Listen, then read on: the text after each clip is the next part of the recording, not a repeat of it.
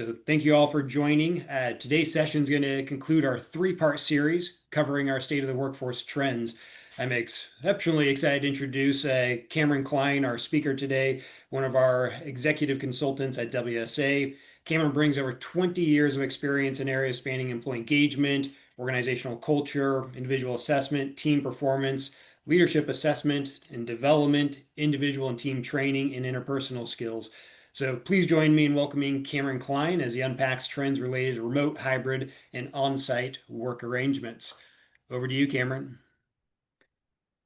Thanks, James, and welcome everyone. Thank you for joining this third session in our three-part recap of our State of the Workforce paper. We're going to start off by doing a very quick review of what we covered in sessions 1 and 2 that were conducted in March and April, and then we'll dig into the topic of this week and what we're focusing on with work arrangement trends. So remote, hybrid, and on-site work arrangement trends, looking at engagement and manager effectiveness initially, but then looking across all the items that we have data on across the different work arrangement structures, trying to identify some strengths or some areas where flexible or hybrid work came out on top with statistically significantly higher scores than on-site, and then also a few areas where folks that were on-site have significantly higher scores. And so there's some interesting findings there, a few that are maybe a little bit surprising, and then also a few that are probably pretty straightforward and ones we might have expected.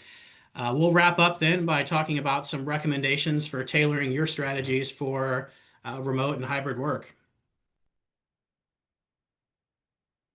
So in March, our very own Chris Erickson walked through the initial review of the State of the Workforce paper, and so talked more broadly about the workforce landscape, what's happening in the world of work today, all the changes that have been going on in the last several years, what's needed for managers and leaders to lead their teams through these changes going forward. So packed with an awful lot of detail there, a lot of description, a lot of recommendations there. Getting into some of the high level results there, we did identify that engagement has really stabilized back to the pre-pandemic level. So as many of you have probably heard us talk about before, we saw a spike in engagement when COVID hit that lasted for really the year of 2020. Manager effectiveness has also spiked, but it remains at an all-time high. So while engagement has kind of gone back down to the pre-pandemic levels, manager effectiveness remains at an all-time high, and we thought that was certainly an interesting finding that's different than maybe what we were seeing several years ago. A couple of findings around the key drivers. So one of the key drivers that we identified was around people believing in the future of the company. Those that have a positive view, that believe their company has an outstanding future, are 25 times more likely to be engaged. Those who do not believe their company has a strong future are much more likely to be disengaged. So kind of showing you the impact of what it means when you have people that feel strongly about some of those things that are most closely linked to their engagement, their connection, their attachment to the company when it comes to their engagement. We also looked at management level in this session, so looking at from individual contributors all the way up to senior leaders and levels in between. And one of the most interesting nuggets there that we pulled out is the gap between senior leaders and individual contributors has widened by nearly 4 points since 2021. So a growing gap or disconnect, if you will, between senior leaders and individual contributors. That again, as that gap is wide. Normally, there's always a gap between senior leaders and individual contributors, but that gap has widened over the last several years, and that's one of the trends we certainly wanted to highlight and put forward for the group to think about. In session 2, we had James Longabaugh that shared part 2 of the State of the Workforce paper, and really the focus here was on top predictors of manager effectiveness as well as intent to stay. One of the things that's interesting to note here, when we talk about predictors, we're using that term very specifically. So in this space, we often talk about key drivers of engagement, and usually the methodology is a Pearson correlation analysis. For this particular research, we went beyond that. We went in deeper with some regression modeling, advanced regression modeling techniques to really identify what's kind of independently predicting outcomes like manager effectiveness and like intent to stay. So we found some things that would typically show up when we look at the Pearson correlation analyses and the typical key driver analyses in terms of communicating reasons for change, for example, investing in employees' growth, keeping commitments, but then also some things that were maybe a little bit more unique. When we think about intent to stay, we know that when we do exit surveys, the number one reason why people leave that we see most often is lack of career goals being met. What we didn't see, or what usually fell a little bit lower down on the list, was maybe my direct managers, my leaders, something like that.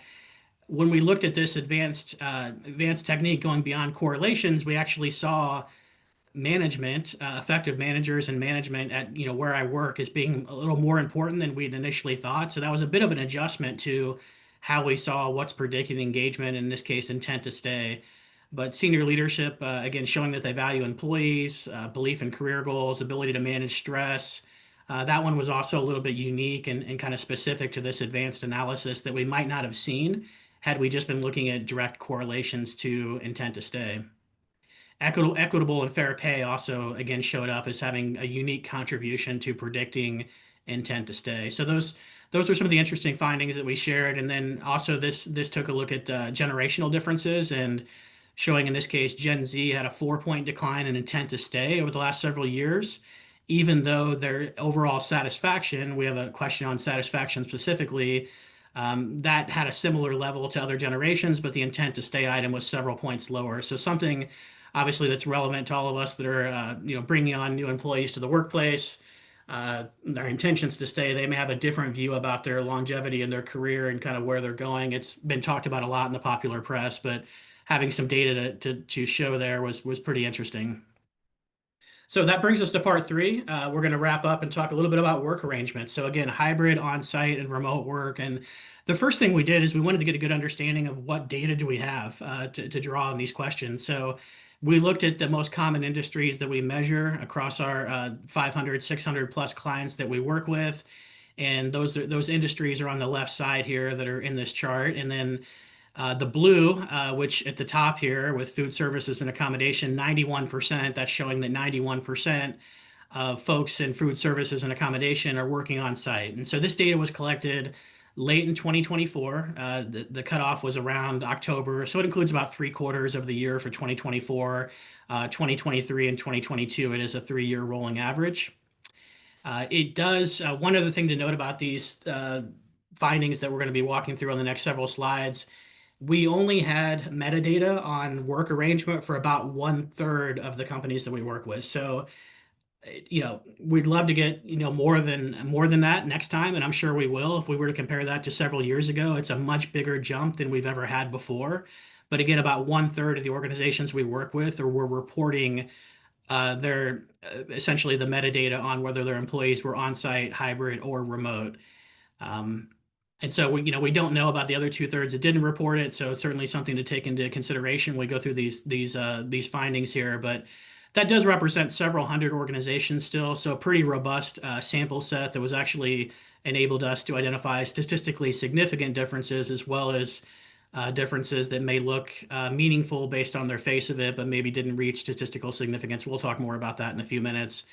When you look at the distribution of work arrangements across industries, just a couple of other things to note. Going down to the bottom, if you average across these industries, about 50% of the employees in these industries and in the data that we had work on site. The other 50% were mixed between hybrid and remote structures. So remote structures, if they were fully remote, that's pretty straightforward. Hybrid structures meant that they worked at least 1 or 2 days out of the office as well as in the office as well. And each company, as you can imagine, has a slightly different definition of what hybrid means in terms of how many days a week would qualify for a hybrid working arrangement. We did combine those together for the purposes of analyses. The other thing to take away here quickly is just looking again towards the bottom of the chart here, the industries that have the most hybrid and remote workers, maybe not a surprise, finance and insurance, as well as professional, scientific, and technical services. Those that have the least are those that need to deal more directly with customers, more directly with patients, that need access to specialized equipment. So food services, construction, healthcare have the highest proportion of on-site and much fewer that are remote, and that's in line with what we would expect. So pretty interesting from a demographic perspective, just to kind of see where other organizations are at in terms of their structure and how they arrange their work. So looking at these 3 cuts of remote, hybrid, and on-site work, we have engagement trends and manager effectiveness trends. And on both, one of the quick, clear takeaways that you can see is that for engagement, which is on the left side here, the chart on the left, both for hybrid and remote, well above the scores that we see for on-site. So employees that are in hybrid or remote structures, again, over this 3-year span, have higher engagement scores than those who are on site. Now, some of these differences did not reach statistical significance. It looks like in 2023, the difference between the remote and the on site, 76 versus 71, with some rounding behind the scenes, that was a significant difference. In 2024, it's also showing 76 versus 71. Again, the remote versus the on site, the two colors of blue there. That did not reach statistical significance, but again, keep in mind there, we only had about 3/4 of the data in 2024. Had we had another 20 or 30 projects or so, I think that difference would have also met statistical significance. So, on the face of it, looks like there's a pretty clear difference between the work arrangements, either hybrid or remote, and versus on-site for engagement, and in some cases that reached statistical significance as well. Same trend with manager effectiveness. So the hybrid and remote workers reported higher manager effectiveness scores, 5 points higher on manager effectiveness overall. Given that the trend lines for remote and hybrid when it comes to engagement manager effectiveness, given that those trend lines are very similar, we did end up combining those two arrangements, the remote and the hybrid, together to compare against the on-site for several of the upcoming analyses that we'll see. And we did that just to have a little bit more ability to detect some effects if they were there. And again, because it looked like they're trending in the same direction when it comes to their perceptions and how they feel about the organization, how they feel about their managers. So certainly a difference here. Remote groups more highly engaged, report stronger manager effectiveness, with again some of these differences reaching statistical significance. And had we had more projects in the database, I think even some of these 5 or 6 point differences would also be showing as statistically significant. It was just a matter of not having quite enough projects to hit the threshold there. Work-life balance and flexibility. This is one category where we were not surprised that remote hybrid workers, again, we combined for these analyses, we combined the remote and hybrid workers together based on their similar scores on engagement manager effectiveness. And we were not at all surprised that questions around work-life balance and having the flexibility you need to meet your personal needs, flexibility in your work schedule. We're not surprised that these were meaningful and statistically significant differences where the remote and hybrid folks are feeling better about these topics. Again, we would have fully predicted this going into it, so nothing surprising here. I think on the next couple of pages, we found a few things that were a little bit more surprising that show some maybe some hidden advantages, if you will, to remote work and or on-site work as well. So a few other strengths beyond flexibility and perceptions of work-life balance, which again we know would be higher with remote workers. These were a little bit more in the line of, I guess, things we maybe didn't expect going into it. So looking at these 3 items, these are also 3, again, that were statistically significant difference between hybrid, remote, and on-site. We looked at a lot more items than we're showing on these couple of pages, but these are the ones that met statistical significance in terms of the meaningful difference between the scores on these two populations. So a 12-point difference on an item, I can trust the people that I work with. So remote and hybrid people have a much higher level of trust. Nearly 9 out of 10 are saying they trust the people to work with. It's 75% for the on-site. For the company inspires me to do my best work, that's 11 points higher than the on-site. And then my manager encourages and promotes good teamwork was 11 points higher. Again, lots of other items we're not showing here where the differences were much smaller or even non-existent. These are some of the items that really stood out as having bigger differences. And one of the things that we recognized as a takeaway from our State of the Workforce paper is we want to better understand why or what is it about remote and hybrid work that makes people feel more positive about some of these topics that we're showing here.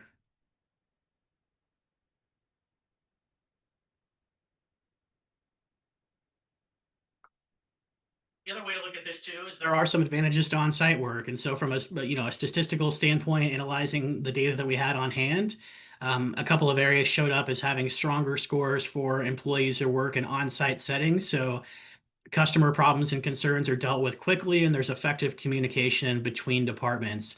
These are, I would say, in line with a lot of the theory that goes back, 20, 30 years on virtual work and virtual teamwork in particular, where um, things where you need to deal directly with customers, as I mentioned earlier, deal with specialized equipment on tasks that involve a lot of creativity, on things that require innovation. There are certainly advantages to on-site work, and you're seeing some of that with these scores here. But I think there are other areas where as we've seen, other areas where we see higher scores with remote and hybrid work structures, where, depending on what you're doing, if your work is mostly independent and not interdependent, you may be just fine working remotely and getting the job done, being a high performer, and still maintaining, the proper kind of social connections with your team members and that sort of thing as well. But your work is more independent versus when you're on site. Uh, Certain on-site settings, I would say, certainly are more appropriate for different tasks. Again, working directly with customers and where you have specialized equipment. Again, creativity, brainstorming, innovation, all of those things. Certainly some clear advantages in the literature for on-site work arrangements versus remote work arrangements, and that's kind of what we found here. So recommendations for work arrangements overall. So a couple of key takeaways here. When you think about, and again, I'm going to refer to companies that maybe have more of an option for people working remotely versus on site. Again, there are a lot of places where it's just simply not an option for people to work remotely. We saw that during the pandemic when we talk about essential workers that were, in restaurants or fast food or manufacturing. Certain places where people just didn't have the option to work remotely, that's one whole situation. But for other companies who have more ability to have flexible work arrangements, one of the biggest considerations is to focus on outcomes. So, are people able to get the job done to the same level or better when they are working remotely than working on site? And so that requires some review, looking at performance. As a manager, you should get to know your team well enough to understand who's really going to thrive working remotely and who may not work as well in that type of a setting, working independently. Also, the clear need, I think what we saw in some of the literature around remote work, and if you're going to move more to that structure, is making sure you have the right infrastructure investments, structuring communication. So one of the things that we're starting to see as well is that people that were onboarded during the pandemic and that were onboarded mostly remotely, again, those settings where people could do remote work, people that were onboarding during the pandemic don't feel as close of a connection in many cases to the overall organization. I saw that just last week with a company I was reviewing their data with, looking at those people in the 4 to 5 year tenure buckets. So right when the kind of the pandemic hit, and in that first year of the pandemic, their employees in that time bucket had lower scores almost across the board. So really making sure that you have the right communication and collaboration and infrastructure tools. If you're going to bring people on remotely, making sure that they can still stay connected to the team, that they're getting their information, they have different ways to connect with each other, and that different departments can collaborate with each other, which is, I think, is really critical because in an on-site setting, it's very easy to get up and sort of walk around and just tap someone on the shoulder and get a quick answer to a question. When everybody's working remotely, you can't do that. So you have to build in other structures, other mechanisms to reach out to people. Lots of available tools out there, but also setting aside dedicated time or dedicating certain structured communication and collaboration tools can help with that as well. Managing people that are remote is also something that should be taken into consideration. So, management development programs, what are the differences? What skills are maybe more important or should be more emphasized when it comes to leading in remote and hybrid teams versus on-site teams? I think there's some differences there when you dig into it and making sure that people feel part of a team, that they feel connected, which is one of the things that you sometimes lose with remote work. And above all, know thyself as an organization. Is this something that's going to work for you? What type of, again, what type of work do you do? Is it something that people can do remotely? When you're bringing people back into the office, are they doing something that's valuable to them in terms of their time? They're not coming back into the office just to sit in a cubicle and work on an Excel spreadsheet. If they're coming into the office, they're doing something collaboratively with others, maybe working on a creative new project. So being really thoughtful about how you set these things up, I think is certainly a key takeaway that we've seen just in looking at this area more closely. So some recommendations for work arrangements. We have more that are in our paper as well. So would recommend that you go out and take a look if you haven't downloaded it already. Our State of the Workforce paper is on our website, as well as links to the two previous webinars that covered some of the other topics that we referenced at the beginning of this session. And also wanted to remind you too, the upcoming SHRM conference is going to be here in June. Our own Chris Erickson will be there and is coming back and to share with us in July a little bit more about what's being called the SHRM Survey Elite program. So there'll be more updates after the SHRM conference, but just an expanded partnership between WSA and SHRM when it comes to an approach to measuring and improving employee engagement. So we'll have a lot more to share in July after the SHRM conference, but looking forward to connecting again with everybody. And Chris is going to have a lot of information to share. So thank you all for your time. And we've got a few minutes left over. So happy to take any questions that have come through the chat or any of the others, James, that you may have. Perfect. I don't see any other questions actually, I got a couple here, Cameron. One question actually around thoughts around companies operating in the same industry. Should they approach their work arrangement strategy in a similar way? I know you made a couple of references to that, but anything else you would add and maybe contextualize with that? Yeah, I think that for the most part, if you're in the same industry, you're going to have a lot of the same constraints, a lot of the same realities, the type of work that you need to do, but it's not universally true. So, geographic region, depending on how dispersed your folks are, if they're already, all over the place in terms of geographically dispersed, that would mean, you'd probably be more equipped to move more of your other folks that are maybe at or near headquarters to allow them to work in a more hybrid structure versus if everybody's currently on site, moving quickly to a hybrid or remote structure may pose more difficulty. So really getting back to knowing yourself, I wouldn't say that there's a one size fits all approach, even within a particular industry. I think there are a number of factors to consider to make sure that you're making the right decisions and you're optimizing the performance of everyone based on how you set up the arrangements. Okay, that's super helpful, Cameron. A couple other questions that just came in actually from the audience. One, what are some resources to enhance managers' skills to manage remote teams? We saw some of those fluctuations, and maybe that's a helpful graph to go back to in terms of how those teams in different work arrangements are rating their managers as being effective, but what are some of those resources maybe, or any thoughts around that? Yeah, I think that and some of this is kind of an emerging area.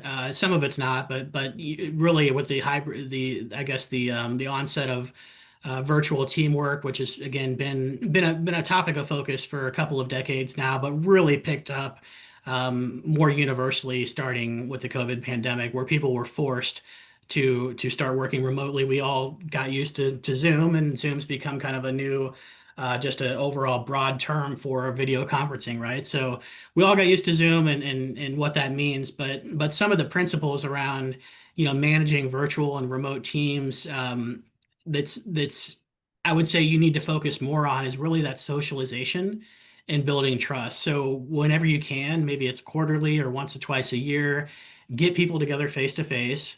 Do things that are not always work related, whether that's just a quick, hey, we're gonna grab lunch and jump on a Zoom call and just kind of hang out and not even talk about work. But socialization when people are remote is important, so people aren't just completely isolated, and that will make folks more likely and be more comfortable reaching out in terms of that psychological safety. They'll be more comfortable reaching out to people they feel comfortable with and they know. And this is particularly important again for teams that have uh, new people to the team, especially if they've been onboarded remotely. For teams that have been together for 10 or 15 years, may not make as much of a difference. You may know each other very well, but for teams that are maybe being formed more recently, I think there's an increased onus on the manager to make sure that that socialization is being done appropriately, and then also getting back to those communication and collaboration tools, and also kind of structured protocol around when and where and how do we meet. Those things I think require a particular focus. And yeah, when it comes to measuring, which manager skills, lend into those things, certainly relationship building and communication skills are going to be, I would say, even a little bit more critical when you're managing remote folks. Some good points, Cameron. One other one that I think is super helpful and of interest, just given I've had a lot of experience with this, but I know you probably have as well. Question is, have you seen any change in metrics when rolling back that flexibility that people may have been afforded but are now getting a return to office mandate in some capacity?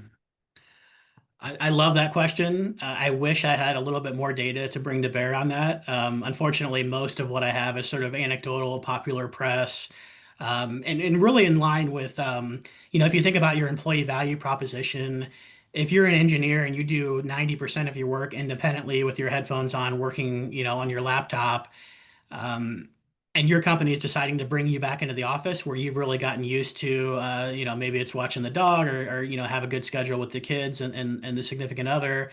That may be something where you may like the company, but if they're calling you back in and you really have come to appreciate your remote setting, that's something that's going to make the company a little less valuable in terms of an employee value proposition. So I see it more in sort of the talent retention and maybe attraction space. Companies that are willing to offer hybrid positions.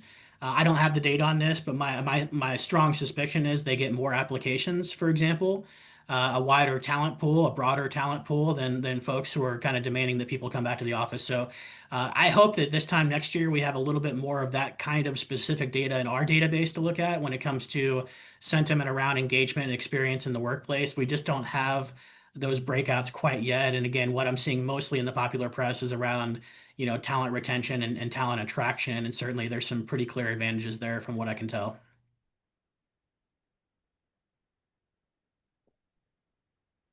Great question, though. I love that one.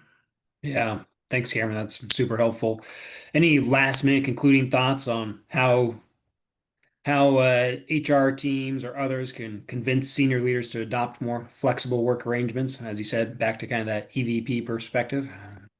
Yeah, I think, well, make sure you're measuring it, right? So make sure, I mentioned earlier that a third of the companies we work with have a demographic variable on whether they're folks and which arrangement they're in. I'm guessing maybe, a large percentage that don't have that information or maybe fully on site. I don't know that for sure. But a lot of them that didn't provide it could potentially provide it. So I would say, first of all, let's get good data. Track that in terms of your demographics because you can't really understand the phenomenon, how it's working with your company until you have the right data collected. And so if you aren't reporting on work structure as it relates to experience, have that be something that you include in your data file so you can report on that in your dashboards. That would be one key thing. Excellent. Thanks, Cameron.